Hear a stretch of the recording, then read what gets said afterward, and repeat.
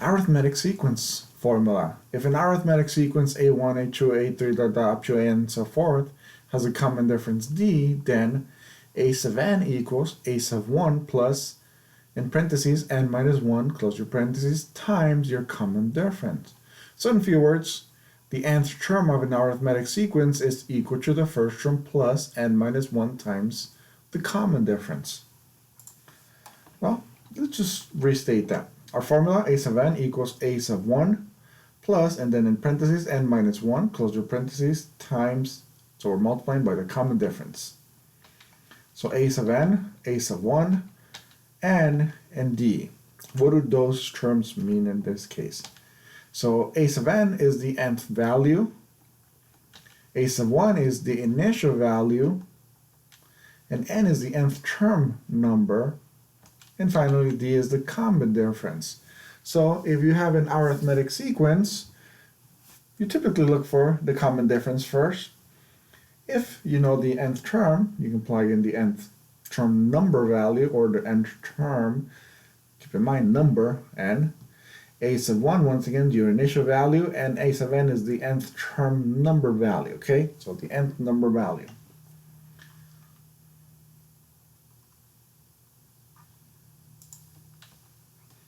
Okay, so we have some examples in this case. Are the following arithmetic sequences? So arithmetic sequence formula, once again, A sub n equals A sub 1 plus, in parentheses, n minus 1, close your parentheses, times the common difference. So let's start with the first example there, counting by 3. So if we count by 3s, 3, 6, 9, 12, 15, 18, etc. up to infinity if you choose to, but maybe not as far as that. Okay, so in this case, how do we find the common difference? Once again, keep in mind common difference. First, looking at the 3 there. Yes, the 3 at the beginning for your sequence here. Okay, so once again, looking at the 3, but you're going to use the next value first, which is the 6. So that means 6 minus the 3. So 6 minus 3. There we go. And 6 minus 3 will give us positive 3 in this case. Let's go for the next form of checking to see if we get a common difference. So now we might want to check that we get a common difference more than once. So let's check out the 6. Looking at the 6 now, we're going to use the 9. So let's do remember though that your initial term, A sub 1, is the 3, okay? But in this case, it has nothing to do with it being a 3 for your common difference also. So once again, be careful with that, okay? They're separate values. Not related necessarily, but we're using them in this case to find the common difference. So once again, looking at the 6 and the 9. So 9 minus the 6 in this case. Okay, 9 minus 6 gives us 3. And once again, we could repeat as many times as needed, right? So let's go for the next one and try it out, etc. So we can also go using the 12. 15 minus 12, once again, looking at the 12, you're using the 15. And that should also give you 3, otherwise there is no common difference. In this case it is. So we do have a common difference. And you can try it once again. 18 minus 15, and that will give you once again a 3. So for this one, common difference is 3. From here we can actually write the formula if we want to. I won't write it for this one because I'm going to run out of space. Instead, we'll try the next one, since we'll have a little more space. So number 2, we have 25, 30, 35, 40, 45, 50. Since we were counting by 5 starting from 25. Looking at the first number, the 25, right? 30 minus 25 gives us 5. And we can try as many times as needed, keep that in mind. Looking at the 30, 35 minus 30, right? Okay, and then you can try a few more times as needed, but in this case I've already noticed that since we were counting by 5s, our common difference is 5. So substituting in, our initial value is 25, so A sub 1 is 25. Into our formula, A sub n equals 25 plus, in parentheses, n minus 1. And now times the common difference we just found of 5. So there's our formula. You're welcome to simplify if you want to. So that means distribute the 5 into the n and the 1. And once we simplify it, 25 minus 5 will give us 20, right? So it takes a few steps, but do be aware. I do have a video out there that you can watch for that one if you haven't already watched it. Okay, going first, example number 3. In this case, 40, 38, 36, 34, and 32. So it was a given sequence. We want to check to see if it's an arithmetic sequence, meaning find a common difference first. So looking at the 40 once again, and by the way, in case you were wondering, the previous two examples were yes, they are arithmetic sequences. Do you think the next one, number 3, is an arithmetic sequence? It looked like it could be. So how about if we say yes, and then if we're wrong, we'll come back and say no. So let's double check. 38 minus 40 will give us -2. Okay, looking at 38 using 36, the number that follows. Now in that case, we're going to say 36 minus 38, and that gives -2. Hey, look at that. There is a common difference. And one thing in case you missed, look at the 40. That's our initial value, right? So in this case, so that we can reference it, our initial value is not -2, it's 40. So be aware of that. Okay, looking for another term. In this case, let's try the 34. Looking at the 34, we're going to use the 32. And that's going to be our last example for finding the common difference, just to verify it. 32 minus 34 will give us -2 again. So there's a common difference. Agreed? So in this case, definitely it is an arithmetic sequence.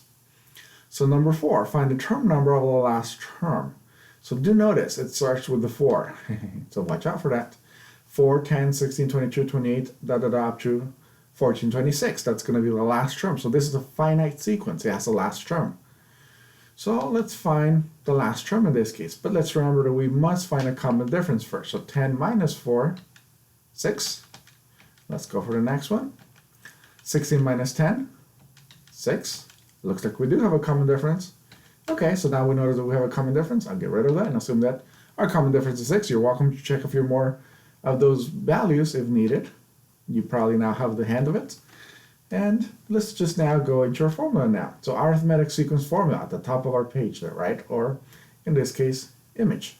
So let me mark clear, there we go. A sub n equals a sub 1 plus in parentheses n minus 1 times the common difference.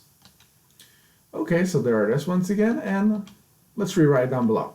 So a, substituting the first value, what is the first value that we see there? It's a 4, agreed? So there's our 4. And of course, a common difference that we found to be the 6. There is our arithmetic sequence formula. Technically, this is the way we want to write it if we want to keep it in arithmetic sequence format. But we want to simplify that, so we distribute the 6, 6 to the n, and 6 to the 1. So 4 minus 6 will give us -2. So that gives us 6n minus 2 now. So this is a little more simplified, so this is the one I'm going to use for the next step. Or in case I have more questions, I'll use it in the further questions. So once again, in this case, we were asked for what is the last term number value. Or in other words, what is the term number, right? Because we do have the value, it's 1426. So substituting 1426, there it is. 1426 is what we were given. We're going to add 2 to both sides to solve for n. Let's go up here. That way you'll have more space. 1428 now. So 1426 plus 2 gave us 1428 equals 6n. And now let's get rid of the 6 by dividing by 6 on both sides. And that finally gives us that n equals the term number, which is 238.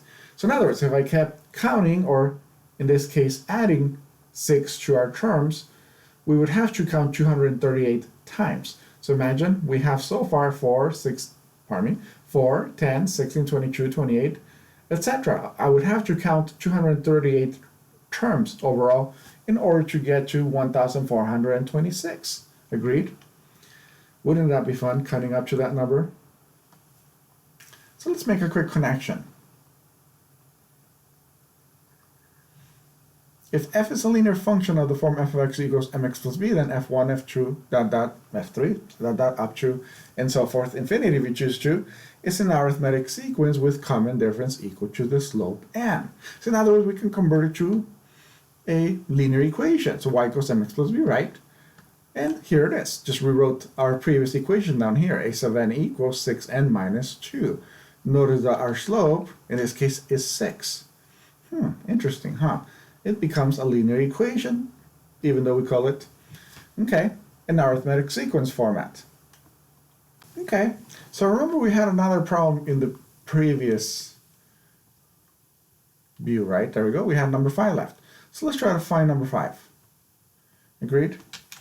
So for number 5, let me copy it over. Arithmetic sequence formula, first of all, a sub n equals a sub 1 plus, and then parentheses, n minus 1, close the parentheses, times the common difference. So for number 5, If a sub 4 equals 7 and a sub 11 equals negative 14 are terms of an arithmetic sequence. Find a sub 98. Oh boy, that's great. How do we do this? Looks really complex. If I was in class, I'll normally tell my students as a joke, time to go home. If it's a complex problem, time to go home, right? Well, you're probably home already, so gotta do it now then. Okay, so let's try it out. Example number 5. We know that for our first term that we were given, not necessarily the first term value, but the a sub 4, so it's the fourth term actually, we're told that the value is 7. And also that the 11th term has a value of negative 14. So once again, do notice that. Okay, fourth term, a sub 4, means the end value is 4. The term number is 4. The term value is 7. Okay, having a subscript for a sub 11, 11 means that's the term number, it's the 11th term, but the actual value of the term is negative 14. What is the 98th term value? So the term number is 98, but what is the value of the actual number? Okay, so substituting in for our first example, so a sub 4 equals 7 on problem number 5. So we realize that the end value is 4, the number value, the term number value I should say, and the actual value of the term is 7. So I substituted on the left side where we have our a sub n, it's the 7, and in the parentheses I have a 4. And we could do the same thing for a sub 11 and negative 14, right? But for now, let's realize once again where my 4 and my 7 came from. Just double checking that way you can see where it came from. Look at our arrows there. So going for the next one then. A sub 11 equals negative 14. So 11 is our term number and negative 14 is a term value. So there it is, term value and term number is the 11, okay? So let's realize that here we can use substitution or elimination to solve if possible. But how about if we simplify it first? Let me try simplifying the left side one. So the a sub 4 equals 7 version. So 4 minus 1, that gives us 3, right? So in other words, 7 equals a sub 1 plus 3 times d. Okay, let's solve for the a1. And we're going to use substitution in this case rather than elimination, but either was possible. So in this case, we get that a sub 1 equals, on the left side, 7 minus 3d, or you can say 7 minus 3d equals a sub 1. Either point of view would be similar in this case. So let's go ahead and substitute it for a sub 1. Okay, so substitute a sub 1 value, so negative 14, and replace the a sub 1 with 7 minus 3d. There it goes. So we've substituted. We have negative 14 equals, in parentheses, 7 minus 3d, close our parentheses, plus 10d.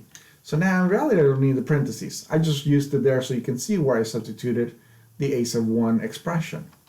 So let's simplify this. I have the 7 still there. Negative 3d plus 10d gives us a total of 7d, so plus 7d. So that's where we get the values from, just in case you're wondering. So let's get rid of this negative or positive 7 by subtracting. That way we can solve for the d. We want to find the common difference, d. Okay, so therefore negative 14 minus 7 gives us negative 21 total equals 7d. Now let's solve for d by dividing by d, instead of 7. So dividing by the 7 on both sides, there we go. And that tells us that the d value is negative 3. So our common difference, negative 3. We found it, hooray.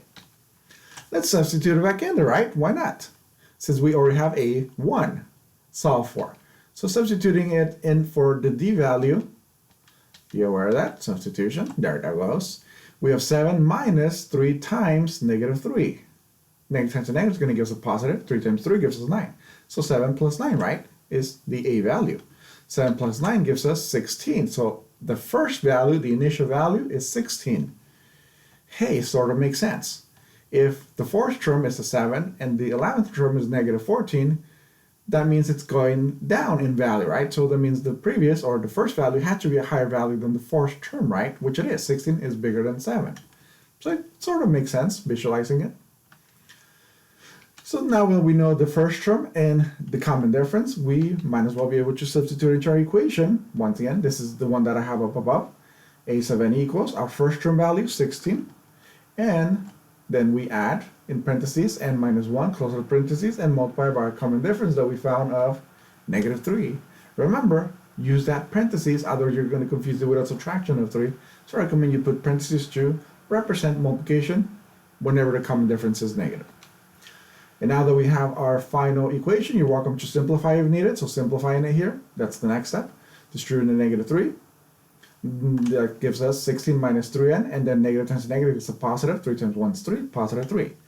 Simplifying further and reorganizing a little, we have a sub n equals negative 3n plus 19. That's 16 plus 3 gives us 19, right? And now we can use that as our final equation and substitute the 98th term number. So we're looking for what is the term value. So substitution, there it is. We substituted the 98, which is the term number, and that's a matter of plugging into your calculator, right? Negative 3 times 98, and then add 19. So negative 3 times 98, negative 294, plus 19, negative 275. So the 98th term value is negative 275.